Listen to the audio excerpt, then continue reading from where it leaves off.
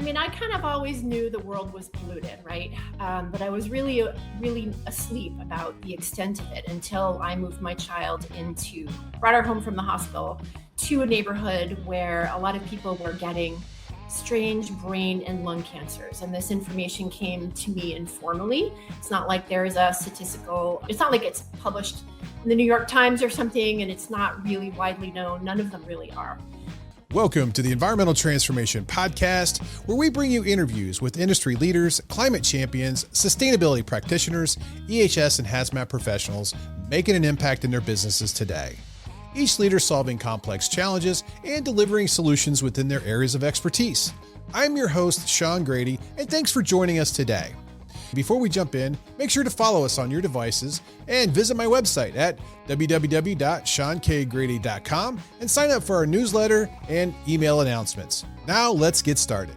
Welcome to the Environmental Transformation Podcast. I'm your host, Sean Grady, and today's guests are Deb Hordon and Ph.D. Deb is the founder and CEO of ToxiMapp, and they're an environmental intelligence platform that helps individuals and professionals know which toxicants are present in the air, water, and soil near their addresses, many addresses across the United States. So think of it as like the Carfax for environmental surroundings in any location.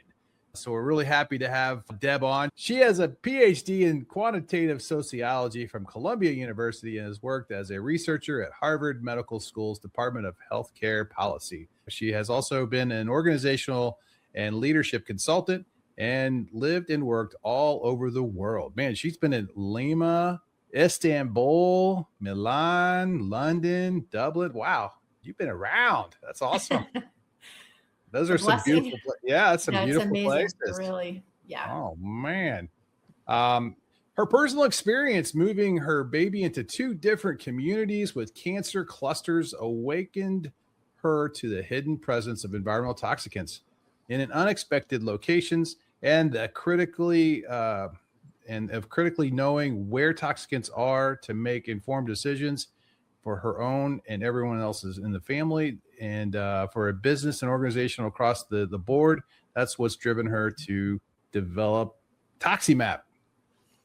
Ph.D., he's the chief environmental scientist at ToxiMapp, and he's an instructor at Duke University's School of the Environment. So he was formerly a contributor to the EPA's EnviroAtlas, and he is a seasoned environmental consultant with a deep experience in managing high visibility projects, leveraging environmental analysis, geospatial analysis, and data management for government agencies, educational institutions, and private consulting firms. He is a certified GIS professional, and he also has a Geographic Information Systems Certification Institute accreditation as well. So welcome to the show, guys. Great to be here. Yeah, thanks. Yeah, thank you so much. We're really grateful.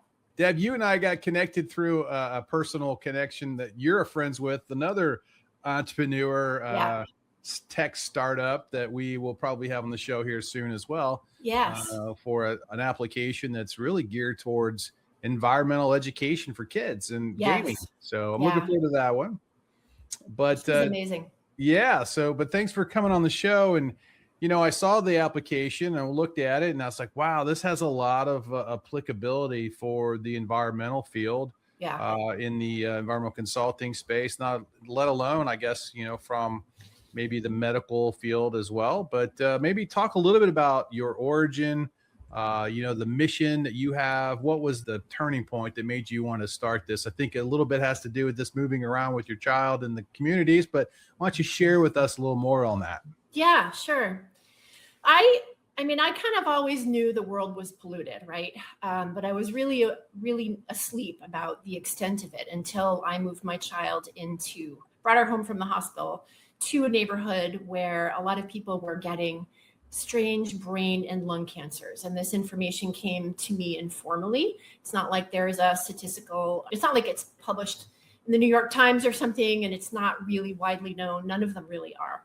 And so immediately I was like, oh man, I got to get out of here. So I moved closer to the countryside. I had been in the city. And within 3 months of that second move, I discovered that I had moved into the middle of a pediatric cancer cluster. And this is not like, big industrial waste site. This is a beautiful part of the seacoast, region of the seacoast between Maine and New Hampshire, with lobster boating and lots of sailboats and access to the forests and the mountains nearby, and beautiful architecture, expensive real estate, great schools. Like, it's not your typical kind of waste site that you would think. Yeah.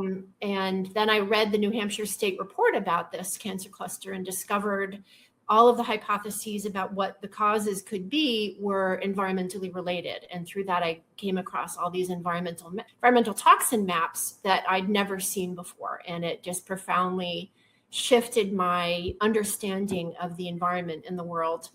And I immediately moved from there thinking, oh my God, I got to get out of here. But I had no way of knowing that the place I moved next to is going to be any different than the first two I accidentally moved to, because I didn't have the tool that I've created in order to solve that problem, right? So I began digging in EPA websites and state cancer maps, and slowly, I'm not an environmental scientist like Peter is. And it just took me years to figure out what's going on. And I would spend hours and hours just looking up one address, and sometimes days and weeks to get the full picture. And because we have the right to the access to this information, I decided to create the tool I needed, and what I think every human being needs to know, to make smart, informed decisions about their life. And so that is the personal story. But of course, the data set Peter has created, he is an absolute environmental toxin data ninja. And he's integrated over 60 environmental toxin geospatial data sets into a harmonized layer on our map with, wow. We're tracking 1,500 different environmental toxins. And we have this data asset, right? It's this, and then an asset around the interactive map and the tool, so that people can easily visualize, understand, digest the information, as opposed to what I found when I started digging around, state databases and EPA, because that's like in tables and with, lat logs. And it was impossible for me to digest. This allows anybody at any level, whether it be complete, newbie like I was, to a very sophisticated environmental scientist like Peter or yourself, to digest instantly and utilize in whatever way they need to. You're right. Yeah, no, that's great. And I think there's always been a desire for some tool like this available to individuals. Because, you've got the ECHO database through the EPA, and it largely has a lot of good stuff in there, but there are some gaps, obviously, from state to state and industry to even if you look at the military. So there's still like a lot of, gaps. And so, Peter, how did you get plugged into this opportunity to help Deb? Yeah, great question. And, to speak to your thing about the ECHO data set, right? Like, that's where we kind of start. We as environmental professionals, that's where we start. But we know that, it's a rabbit hole. It's multiple rabbit holes. You have trouble. You're like, oh, great. Now I see the sites, but now what's at each site and what's the deal and when and all that stuff. So definitely a tough user interface for the layperson. I've been out after getting my master's and doing all that GIS, learning all that stuff. I've been out consulting for almost 20 years. And the first batch company I worked for supported EPA quite a bit, both at the national level, state levels, some state governments as well. One of them was what used to be called the Office of Research and Development, which had a group that dealt with landscape level data, sort of management, analysis, and visualization. And it grew into the EPA's EnviroAtlas, which, while the organization, aka ORD, no longer exists on paper in our government, the EnviroAtlas still does, and many of the folks that support it and are working are still there. So I worked on EnviroAtlas and helped them with hundreds of foundational data sets for that, and really helped get them sort of developed and then help them prop it up, test it, that sort of stuff. It was a great Great project. Loved it. Great people too. Just amazing stuff. Really challenged me as a geospatial professional. And so I had that, and being so excited about it, I had it on my sort of CV resume there, and on one of the business professional social media websites. I could certainly say it. Deb shoot me a text, and I was like, "Hey," she's like, "Hey, this is an EnviroAtlas thing. What do you know about it?" I'm like, "Well, I know a lot." Actually. So we started. I hunted him down. And found him. Like your research skills paid off. Yeah, no, it is really weird. It was so. I'm like, okay, this is great. I'm not complaining. He has an elite skill set that's really hard to find, and he has been navigating the data with incredible accuracy and rigor and finesse, and really showing incredible thought leadership at ToxiMapp. Oh, that's great. I mean, you guys sounds like a good match there. The solution for a first-time user, walk us through, like, how does ToxiMapp translate raw environmental data into a simple user interface that includes interactive map, maybe mapping your neighborhood. You've got this toxic neighborhood intensity score type thing. Help us understand how this works, if you could, and maybe what we could do is screen share, and you can walk us through it that way. I don't know if that's the best way to discuss it, but it might be. I've got a hunch. Yeah, no, that's great. So I will absolutely do that. So let's see here. Not sure that button is.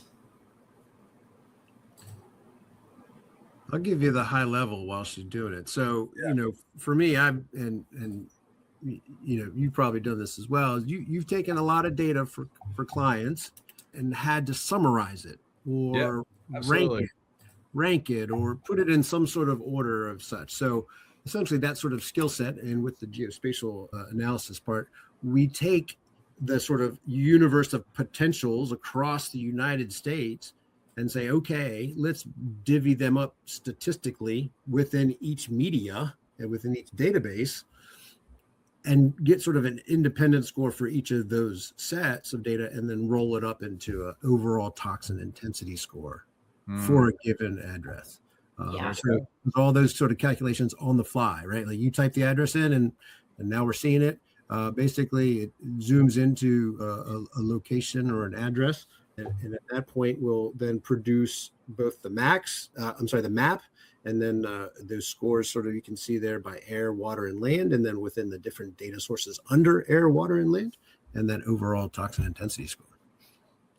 Yeah, so he had to download and harmonize and geospatially align, over 60 data sets into one CSV file, and then we layer it onto Mapbox. And then he has a special patent pending algorithm that takes into account the toxin intensity of each area, of each medium. And so this is where I was living when I learned about the cancer cluster, and noticed that it's not even an extreme toxin toxicity score. It's moderate. So this was my address, and this is an interactive map. So each symbol on the map has a meaning, and this is basically my address at the time. And this is a Superfund site. And if we click on any of these sites, actually, it will give you a list of what the toxins are present in that site, to the degree that we have that information. So arsenic, benzene, and 5 more. And you will click on area summary to see what 5 other ones. So arsenic, benzene, cadmium, lead, mercury, PAHs, PCBs, just in that one site. If we come back to the map, we can click on, let's just do this one. This is a brown field. Go ahead. So that's a great example of a specific location where there is a contaminated site. Is there any information that you also provide related to, it sounds like the exposure for the site is, maybe it's on site, but is there off-site exposure challenges or concerns? Are those identified in the discovery of the information, or is it just say, hey, here's the parameters of a toxin that we know of that are here? Is it limiting to some of it? Maybe you can explain that a little bit. Yeah. Do you want to do it or do you want me to? Sure. Yeah, sure. We've talked about this so much. Yeah, a lot. And not just the two of us. We've got other folks Yeah. that help support us, including a board certified toxicologist too. So the reality is there's a difference between a hazard and a risk. And it's subtle. We shouldn't get into it because I'll mess it up. But all of what we're trying to do here is say, hey, these things are here. And of course, the time that these things were placed or became into existence, the intensity, the longevity, your own role in being around that, all of those things are they're too much variables for us to say, this is your exposure. What we do is a risk of exposure, right? It's just to say, this is all here, right? And this is so much more than you can get from any other place. I mean, from Echo that you can click on the points and it tells you the name and address and it gives you their unique EPA ID for their facility right. Registration number, but that's it. They don't you have to click 3 more websites to even get a list of what they do. And maybe you get a list of chemicals, maybe you don't, right? Yeah. And you have to do that for each individual site. And you can't even do it for some of these data sets, like the TRI sites that we've got. I had to do some serious transformation and sort of a special request from EPA to do a data dump for me to then use to then harmonize with our data set. So there's definitely a couple steps that go in there that make this sort of a boom. Within 3 miles, this is how many sites, each of the things you got. This is the list of toxins in the different media. Boom, easy button, right? Yeah, yeah. Exposure is really dependent on how each individual interacts with those points. And it's actually a point of empowerment because people can radically reduce their exposure risk and their actual exposure if they simply abstain from interacting with the sites that are toxic. And they can't do that unless they know where they are. At the same time, there is spread, right? There's spread through stormwaters, there's spread through wind over time, they're spread through groundwaters to the degree to which something's not contained. And so it's kind of like a little bit of a soup, right? We kind of live in to greater or lesser degrees.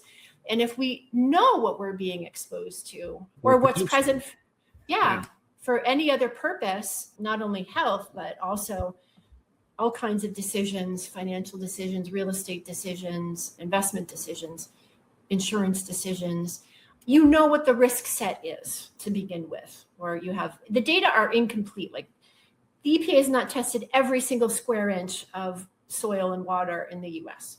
So our map is kind of an underrepresentation. It's an underestimate, we'll say. It's a good indication of what your potential concerns are in the neighborhood. So you can actually have an idea of if you think you have symptoms that might be related to something like that, well, maybe there is a cause. That's the cause. That could be the cause. You never know. But I mean, at least you have a good indication of what areas that you maybe live in that have had some exposure to it gives you a huge leg up, right? Yes. Yeah. Right. And the reality is it all boils down to knowledge is power, right? Yeah, absolutely. Yeah, no, I get you. When you guys you guys are tracking over 150 different toxins, what specific public and private data sources, aside from maybe like the EPA, Echo site, are you guys using to aggregate to bring all this together? I mean, talk a little bit about some of the types of sources you guys are pulling. Sure, yeah. So in the current version that was just shown by Deb there, we have about almost 1,000 toxins from essentially 5 different major data sources there. Okay. We are in the process of pulling in not just the 5 major data sets, but, and Deb has said this already, 60 data sets. So what we are essentially doing is we start with the low hanging fruit. That's EPA's databases, et cetera. And I say low hanging fruit still requires a lot of work and massaging. And then starting to look at state data sets, because we know that there's a lot of state data sets that sometimes roll up to the feds. Sometimes it takes a while to roll up to the feds. Sometimes it never goes up. Never goes up there. Yeah. Because they don't have the funding to do it, but they just track their own state lead sites, voluntary remediation sites, USD sites that don't go all the way up to the feds. And of course, as with everything, you go from one state to another, it can be drastically different. So our next version of release, we're going to essentially double the amount of unique toxicants in the land, air, and water. We're going to get around, we're actually going to get close to 1,900 It says 1,500, but when I get all done and said with this effort I'm currently underway on, we're going to have 1,900 different toxins. We're going to drastically improve the number and ability for folks to understand not drinking water, but the other one, the contact surface water, lakes, ponds, rivers, streams. We're going to drastically improve that data set quite a bit in terms of detail. Also the air quality. Right now we went for the low hanging fruit, air quality. People know AQI, right? There's six sort of measured chemicals that go into that. We've got those 6, but there's hundreds that they're actually measuring. So we're going to bring those in too. Yeah. Well, the likelihood now too of, not the likelihood, the emergence of PFAS in the industry. I mean, that one should be, I would think, a big hot topic for ToxiMapp to start tracking. Oh yeah. Well, yeah, you saw it on that list, right? It was the list she had of PFAS, it's in there already. On it? Okay, great. It's in there. It is in there. It's in there. And so there's a difference between measuring it and a difference between addressing it as a standard. And that's the hot topic right now, is how much is too much, right?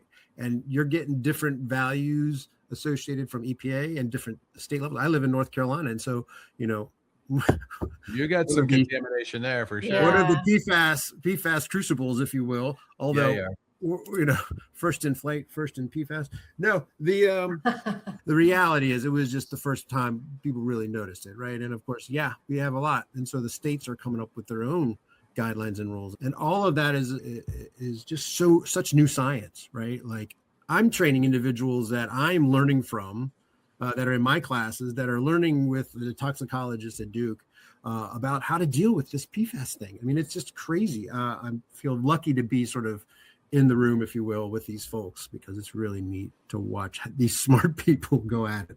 It's certainly it's not going to be something that goes away anytime soon in the market in our lifetime, basically. And so there's always going to be an interest in where the exposure is, where the concentrations are highest, what's going on with drinking water, facilities, where's the watersheds that are mostly impacted. I mean, so when you mentioned you're going to start adding surface water type stuff to it too, that's going to be pretty interesting if there's a lot of data in there. I know for some recent conversations we've had with some state agencies that, they've done some mapping. They've done the sampling of where PFAS is kind of high in surface water. And they're doing that because they're trying to figure out where the public intakes are from the drinking water facilities, and should they go upstream, and who's the industrial dischargers and things like that. So, yep. And this is the thing, is we're learning that PFAS, not to stay stuck on it, it's used in a lot of different things. And in some cases it's used in very important things like firefighting foam, which, okay, great. Great. What if we use it once on an airplane, or a firehouse, or firehouses store it, whatever, right? Like all these things that aren't just necessarily industrial producers of Teflon, but just like plastic. What do we use that has plastic in it? Everything. Almost everything. Everything. Yeah. There's an article recently that came out that indicated research has found PFAS in the bloodstream of polar bears in Greenland. So it is ubiquitous. It's not just like, in our drinking water. It's been spread all over the world. Our assumption is that it's ubiquitous, and, where do we go from there? What are we going to do about it? How can we manage that, and what protect our bodies from it? And there are techniques, there are things that can actually pull PFAS out of drinking water. So, which is the really good news. There's a lot of really good technology for that. And that's great. And finally, there is some, I think some security down the road for a lot of people who are concerned about exposure, but it definitely is going to come at a cost, unfortunately, for the ratepayers of a lot of drinking water facilities who weren't the cause of the contamination, unfortunately. And they're paying the cost, and it's unfortunately not really a fair proposition. But what are you going to do? You're going to have bad water, or you're going to, so that's the crux that we're in with a lot of these communities that are highly impacted. Hello, ET Nation. I want to thank you for listening to the podcast. If you're enjoying the interviews we bring you, consider supporting the program by visiting my website at SeanKGrady.com and buy me a cup of coffee. Proceeds will go towards helping me continue producing timely content and offset production costs. I'd also like to take a moment and recognize a few of our sponsors of the show who have been amazing partners and are ET Nation legends. If you're looking for a drilling and environmental contracting firm to help you delineate the extent of contamination at your site, then look no further than Cascade Environmental. Cascade has over 37 offices across the country and offers a huge range of environmental and geotechnical drilling, site characterization, and remediation services. With their huge fleet of equipment and nationwide coverage, Cascade is a great choice to support your environmental and infrastructure needs. To learn more, check out their website at cascade-env.com. That's cascade-env.com. Hey, are you looking for an equipment rental company to help you with your next wastewater remediation or waste management project? E-Tank is the only environmental equipment rental company in the industry that offers 100% guaranteed, certified clean temporary liquid storage tanks at no additional cost. This protocol gives peace of mind for the previous customer by limiting their downstream liability, as well as the future customer by preventing any cross-contamination for all of their rental tanks. E-Tank also runs a one-of-a-kind complete maintenance program for all rental items, including liquid-tight roll-off containers, fluid transfer pumps, and filtration items. The next time you are presented with an environmental challenge, call E-Tank to come up with the solution for your problem. I want to thank one of our sponsors, WasteLink. WasteLink is the all-in-one software platform transforming how environmental professionals manage waste, connecting generators, service providers, and disposal facilities in a way that is simple, connected, and transparent. Their platform helps streamline everything from waste profiling and routing to inventory management and billing, giving you the tools you need to operate more efficiently and reduce cost. Whether you're a generator looking for better options or a service provider seeking greater efficiency, WasteLink has you covered. If you're ready to take control of your waste management processes and optimize your business, visit wasteLink.com to schedule a demo today. You know, when you look at this technology stack you guys are working on, talk about building a platform that geolocates toxins with the 3-mile radius and, this massive data challenge. What core technologies are you using to power this visualization? Yeah.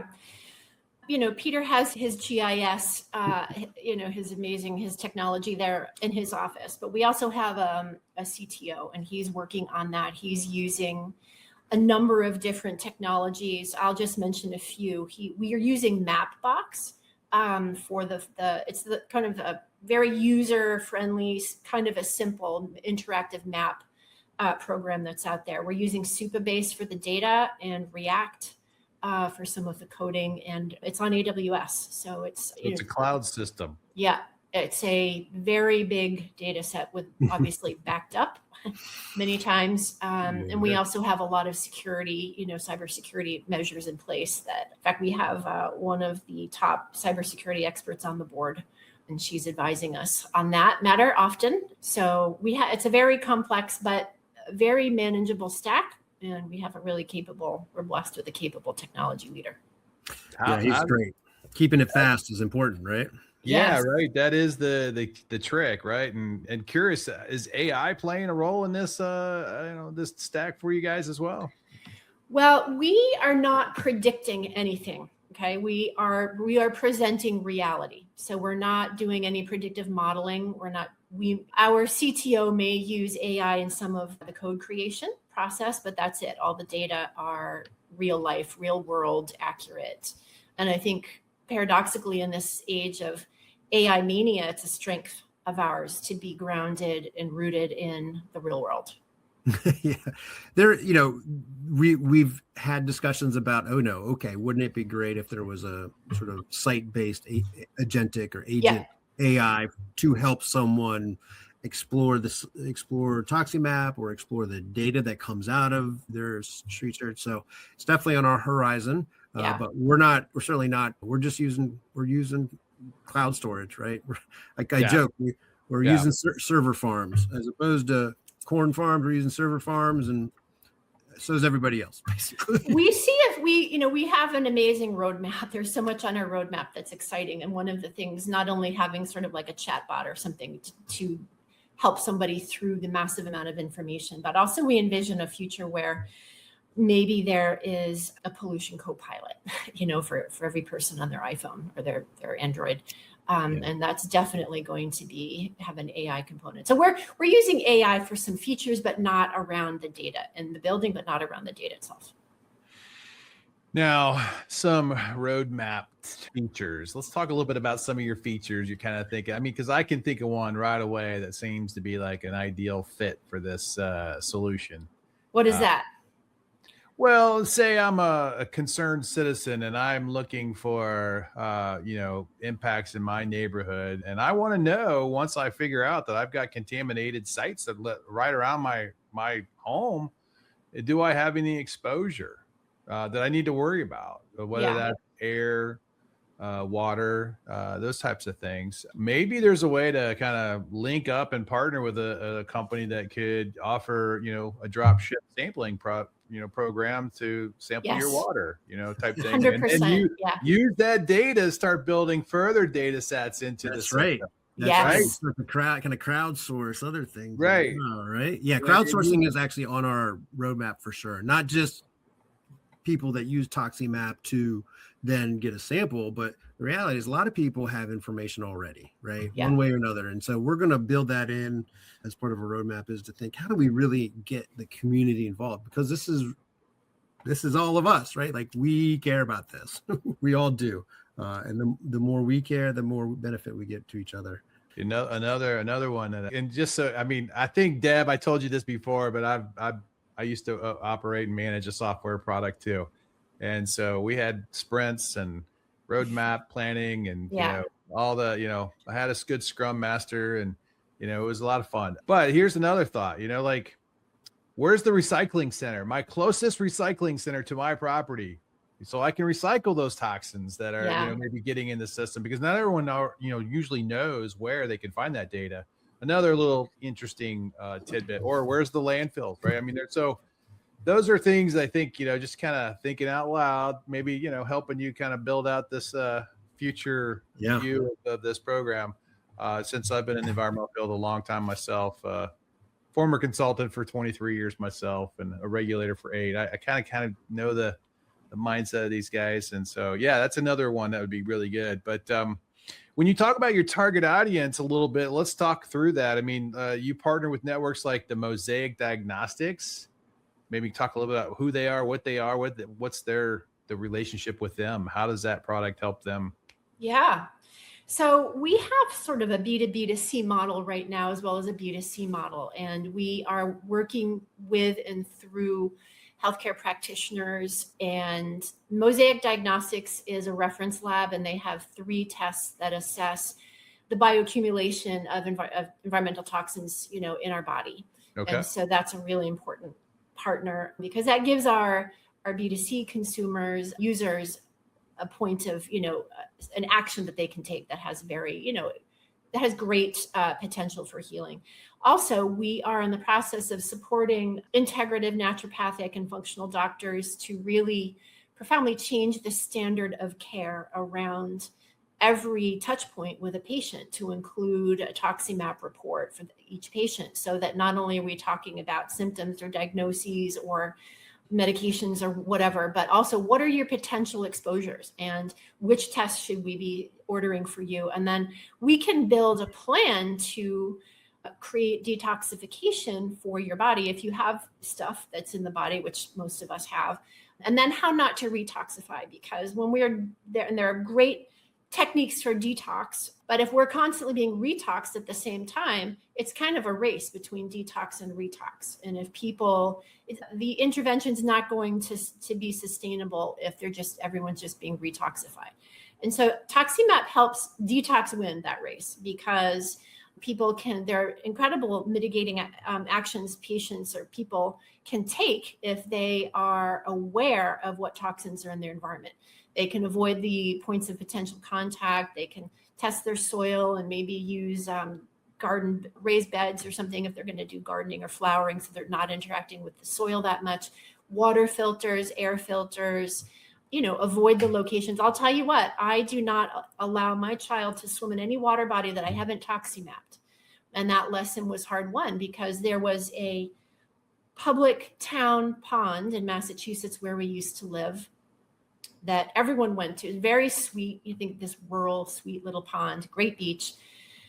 And I would unknowingly let her swim there. And after I created ToxiMapp, turns out it had elevated levels of mercury.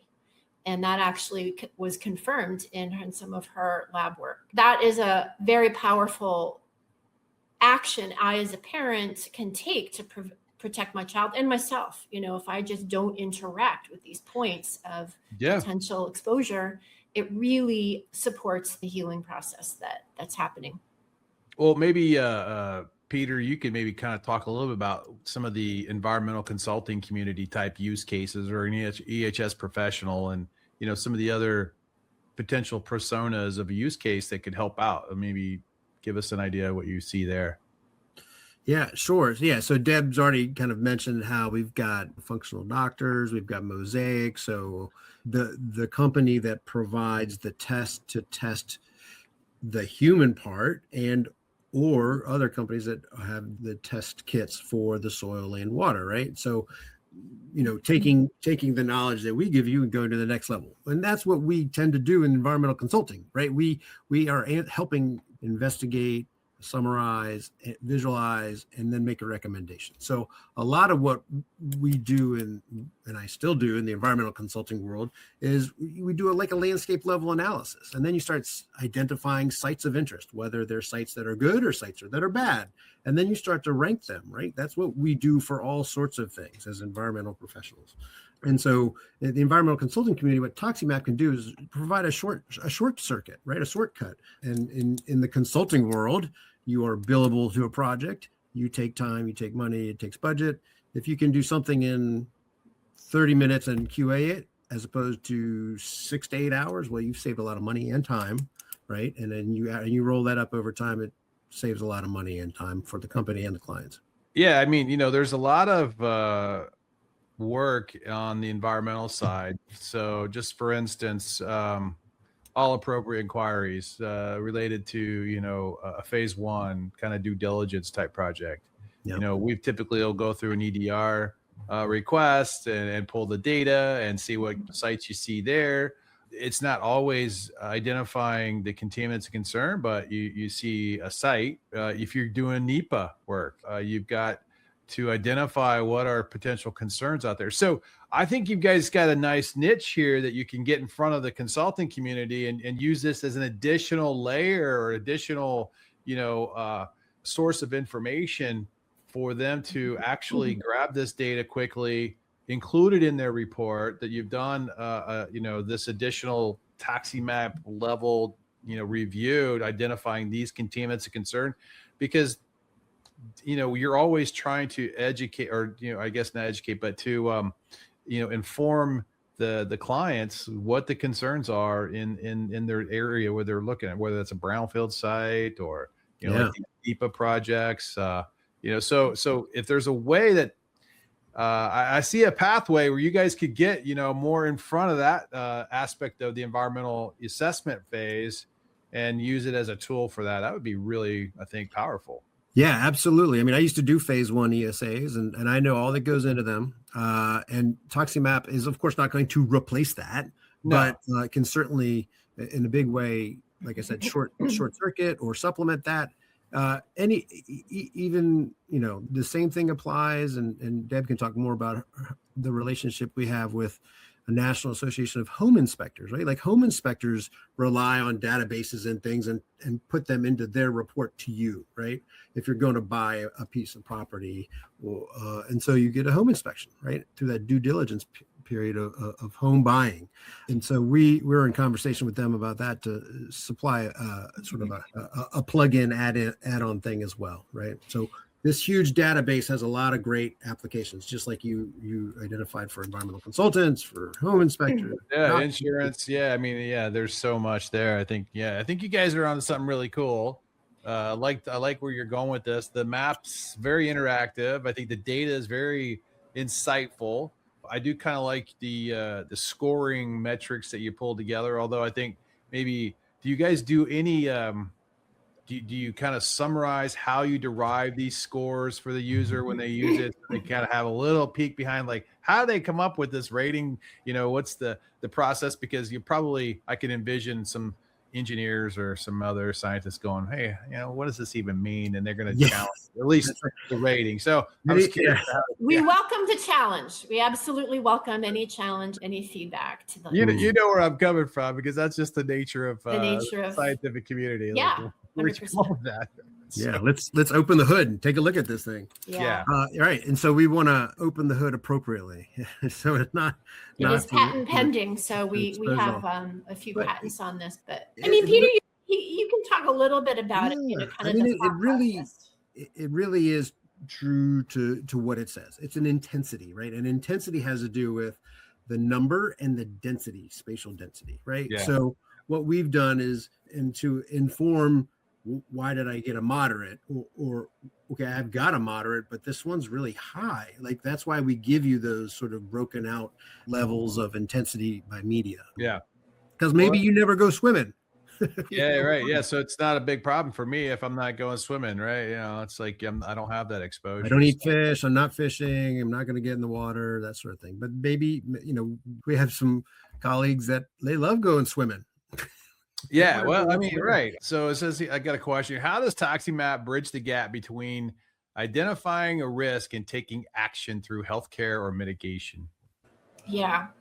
So we provide our users with mitigating steps that they can take. Like, for instance, if there has been some drinking water contamination identified, so we'll provide them information about how to which water filters might be appropriate for the particular contaminants in the drinking water. So water filters either centrally through the house or at each tap point in the house, which water bodies to avoid, mosaic diagnostics. We give them a lot of resources for toxicologists, functional doctors, naturopathic doctors, chelation. There's a huge amount of resources on the site that we can provide.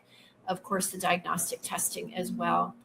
We're also about to bring on a course from EMEI, which is Environmental Medicine Education Institute, that actually trains doctors, but they have a course for the general public about how to thrive in a polluted world or a toxic environment. And so they'll have lots of tricks and information there. We also provide limited information about, like, opening the detoxification pathways. We're not medical doctors. We are not prescribing or diagnosing or giving any sort of medical advice, but there's some really simple things that people can do, like dry brushing or taking NaC or taking vitamin C and, certain kinds of detoxifying foods, far infrared sauna, that kind of thing. So that people feel like they're not just dumped with all this information and know, what to do, how to respond to it, right? Test the soil, test the water, come up with, there are solutions. I'm even hearing about people are inventing ways to clean up. There's this kind of mushroom that can eat certain types of toxins. So I can imagine a world in which we're spawning a whole new set of industries for cleanup. So, but that's down the road. What right now we're focusing on is informing people and making them feel empowered around this information. No, that's great. That's really good. I mean, yeah, you just kind of touched on some stuff that just hit me in my mind too. It's like, you guys could do a plugin with WebMD or something like that, where they, oh, you've got this, just go right here and look it up, right? I mean, there's some cool stuff there that the possibilities of this application are pretty endless. I mean, you guys I like it. So let's talk about funding. Let's talk about funding and growth. Funding and growth. You guys are an emerging leader in the environmental health. So where do you currently stand with your funding? Your seed, your Series A. What kind of key milestones are you aiming to hit to attract your next round of investors? Yep. So we would really love to get a few more partners on board, and we are in conversation with 5 different potential partners or more. So we are in the process of engaging these partners. And once that is, they're sort of like B2B to C partners, B2B partners who can really amplify our reach to the general public and also to the professionals who are connected to our product. So we are hoping to get those partners on board and start, go around with the next funding, which would be a seed. Gotcha. All right. So still trying to get the private investors to kind of jump on board and partner with you now before you go into the next round of seed funding. Is that our priority right now is angel investors, individuals who are, either passionate about this topic or any organizations that are strategically connected to the value chain in this space. And individuals, we're not ready to really crowdfund yet, but we're open to the different sources. Yeah, no, I think there's a lot of venture capital or investment type companies that'd be very interested in this product, and learning more about it would be really great. And maybe they can hear about it through this podcast. And that would be great. We'll take their call for sure. Yeah, no, exactly. So, I mean, there's a lot of VCs out there that probably would say this sounds like a great opportunity to help you guys. The biotech industry is huge. Yeah. I'm surprised they wouldn't be jumping on this to help support the medicine diagnosis of exposure to their patients that come in. Yeah, that would be a huge one, I would think. Absolutely. Talk a little bit about privacy and ethics a little bit. Like, environmental data can sometimes impact property values and local reputations. How do you balance the ethical responsibility of transparency with potential sensitivities of the communities that you map? Yeah, that's a really good question and an important question. So thank you for asking it. We do not share toxicant source information like private company names or addresses. We don't attribute pollution presence to anyone or any entity. We just really focus on what's present. Other organizations are focusing on that. And our primary ethical commitment is around data accuracy and accessibility. So we feel obligated to represent the data that is available in the most rigorous, accurate manner. And it's possible that property values could be disrupted or shift slightly as our information is more widely spread out there. It's not too unlike what's happening in climate risk. I'm not sure if you're, First Street, let's just say, they have some really interesting predictive models about heat and flood and wind risk around different locations in the US. And of course, our coastlines are shifting. So, the properties and coastlines are definitely going to be valued differently. And so there's a possibility that may happen. But our ethical commitment is really towards information symmetry, creating, making this information ubiquitously available to people, businesses, organizations who are making decisions to which this data would contribute. No, that's really good. I mean, I can see it can be a challenge, but I think the good outweighs the bad in these scenarios. People need to know that they have the potential exposure. A lot of people probably have been living in the surrounding areas for decades and don't even know that there's an issue, or that the property that's 2 miles from them or a mile from them, and all along it hasn't really affected their property value anyway. So they probably don't have a big issue with it. But I think it's a good question, and I'm glad you are concerned about it. When you look ahead, what's the future vision here? What look 5 years from now, what do you think ToxiMapp is going to become? Do you think it'll become a standard part of real estate transactions, or mandatory diagnostic tools in the medical field, or for primary care? Where do you see this going? Yeah, that's a beautiful question. So thank you for that one as well. Our vision is really to provide the environmental intelligence infrastructure that can be used across all industries, wherever it's needed. That could be health insurance, could be risk insurance, underwriting, medicine, healthcare, real estate. We're really democratizing access to this information to the general population and across all industries. So we don't limit it just to real estate or healthcare. It's data that's pertinent to all kinds of business and municipal government decision making. So we are providing that. We have the infrastructure, the data asset itself, and we hope to make it ubiquitous. That's pretty awesome. I think you guys are on track. The feature wise, I think you've got so much in the roadmap that you could deploy on. And I think that your biggest challenge is going to be, what do I prioritize? Yeah, 100%. Yeah, we talk about a lot of things. We're like, wouldn't it be great if you had a ToxiMapp app on your phone so that you got, just like you get a lightning strike proximity alert. You're like, hey, you're within a quarter mile of a Superfund site. Oh, yeah. Okay, that's good to know, right? Another really interesting use case could be institutional investors, mortgage-backed securities, and even financial market data platforms, having this data feed, as a decision part of their regression models or whatever.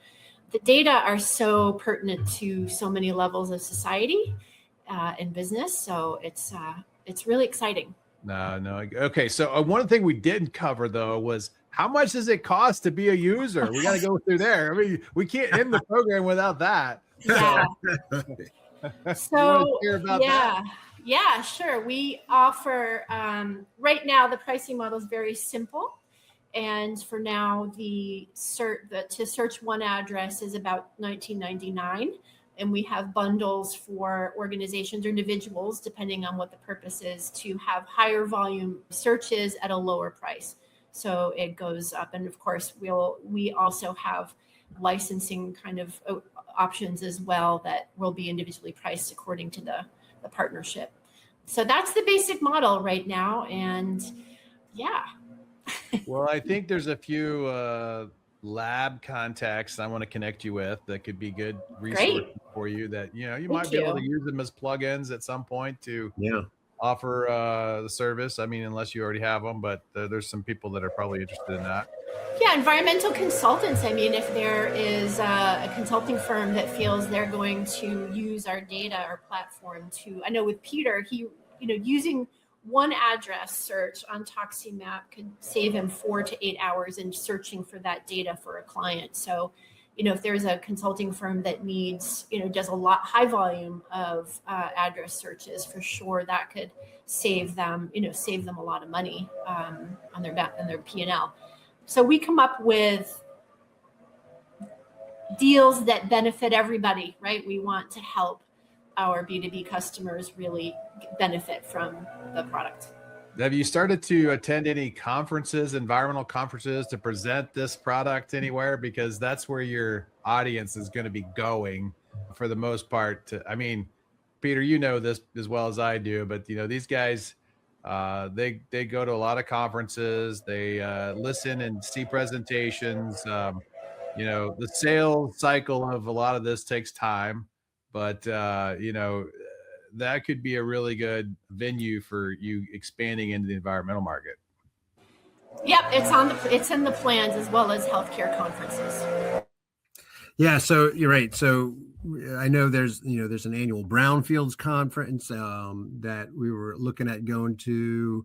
This sort of functional medicine and other unique ways of sort of holistically addressing health issues. There's some great conferences about that. Of course, we hear it in the news about people thinking about PFAS. We think about healthiness, all sorts of things, right? So I think the sort of ground level consciousness of these things is rising, and we're here for it. Well, this is great. Deb, Peter, thanks for coming on to the show. We really appreciate your time today. And I like what you guys are doing with ToxiMapp. And hopefully the listeners will dive into this and take a look at the application. Yeah. And, I think we welcome your or any of their feedback. If any of your listeners want to test it out and ask questions or share ideas and feedback, if they find some bugs, we welcome it all. 100%. Yeah. Yeah, absolutely. Well, that's it's great. A village. That's great. Yeah. I mean, it does. It takes a lot to go through and identify, workflows and user experience and all that good stuff. So yeah, we have an exciting version 3 coming out in the next few weeks, which is really, we're adding landfills. We're making the UX way simpler, and you basically get a whole dashboard on one screen instead of having to click back and forth. It has a lot of very exciting to us features, so we'll let you know when that comes out. Please do, and maybe tag me when you hit a release, and we'll push it out to our audience as well. But this is great. I wish you guys the best of luck on this, and you guys got something here that I don't know. I haven't come across another product like it yet. So, and I've seen a lot of technologies and tools, and but this is a good one that caught my eye. And thanks for meeting with me today. Thank you. And thank you for your great work with this podcast. It's a great podcast. Thanks so much. Yeah. Well, thank you very much, Deb. Appreciate that. Okay. We'll talk to you guys soon. Thank you. All right. Thanks for listening and watching the show. If you enjoyed the show, then please share it with your friends and coworkers on social media and tell somebody in person. Thanks for being with us, ET Nation.